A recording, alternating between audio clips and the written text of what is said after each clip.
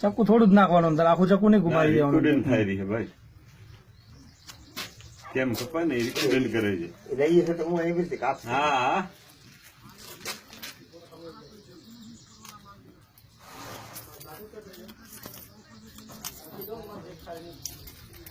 ક્યાંથી ચાકુ આગળ જો ઉપરથી આટલી જગ્યા હવે ને ચાકુ આગળ આ ધારી છે ને, જે ધારી આવી ઉભી આવે ને ધારી, ત્યાંથી ચક્કુ ઘુમાડવાનું.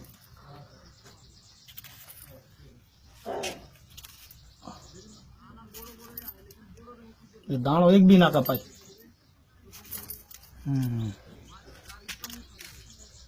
અડધો દાણા કાપી નાખે અમારે છોરા કાપે.